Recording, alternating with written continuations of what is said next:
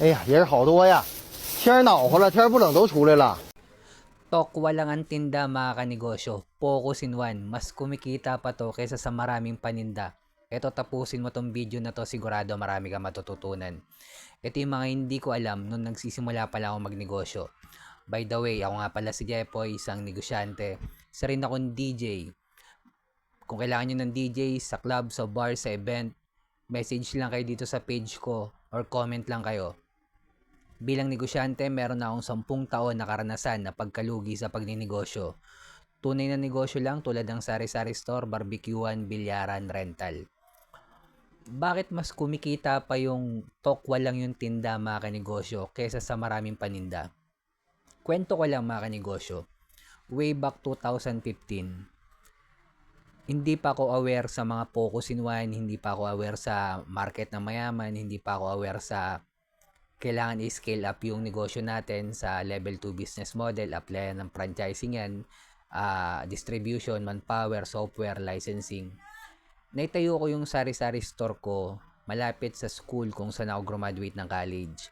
Graduate po ako ng Marketing Management sa TIP Cubao, Technological Institute of the Philippines.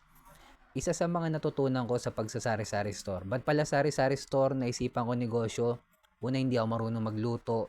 Madali buksan, pambansang negosyo, yung tipong makita ka ng kapitbahay mong kumikita ka sa sari-sari store, bukas may katabi ka ng sari-sari store. Tsaka ang purpose ko lang talaga noon, nung nagsisimula ako magnegosyo is matuto sa pagninegosyo. At alam ko rin naman kasi na malulugi ako at kasama sa pagninegosyo yun. Isa sa mga natutunan ko sa sari-sari store, ang sari-sari store po walang focus in one. Ang dami mong paninda sa loob ng sari-sari store at habang buhay kang reseller sa sari-sari store. Hindi mo rin mapapalaki ang sari-sari store tulad ng grocery store. Na lagi nilang sinasabi, pag ang sari-sari store lumaki, magiging grocery store. Mali po yan mga kanegosyo. Dahil magkaiba ang business model ng sari-sari store at grocery store. Mga kanegosyo, mas kikita ka kung isa lang yung tinitinda mo at ikaw yung nag-create at sarili mong produkto, tulad na lang ng ginagawa ni ate na nagtitinda ng tokwa.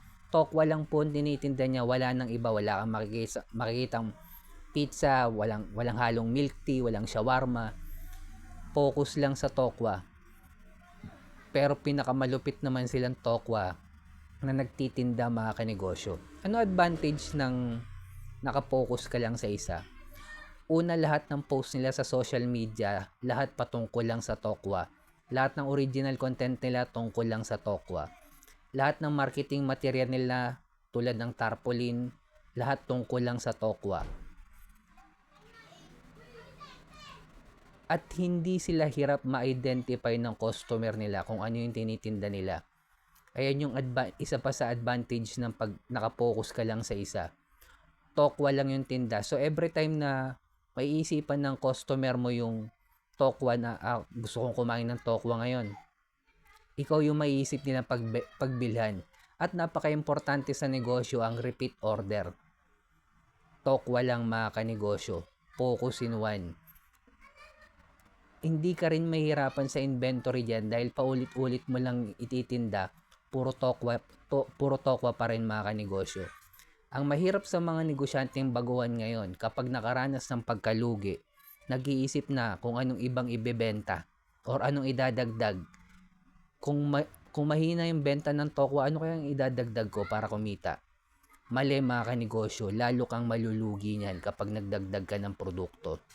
Kaya kung nagsisimula ka pa lang magnegosyo, focus in one, gumawa ka ng original content, hanapin ang community ng mayaman, i-scale up sa level 2 business model yan. Applyan natin ng distribution yan, franchising yan, manpower, software, licensing. Isa lang sa mga sinasabi ko doon mga kanegosyo, hindi lahat dapat yun ha. Isa lang, focus pa rin mga kanegosyo. Kaya kung umabot ka sa dulo na video na to, gusto ko malaman yung tumatapos ng video ko, comment mo naman sa baba, tokwa. Heart mo na rin to, subscribe ka na rin sa akin bilang negosyante. Kung dumadanas tayo ng pagsubok or struggle, huwag natin kalimutan mag-pray kahit anong religion natin. Peace.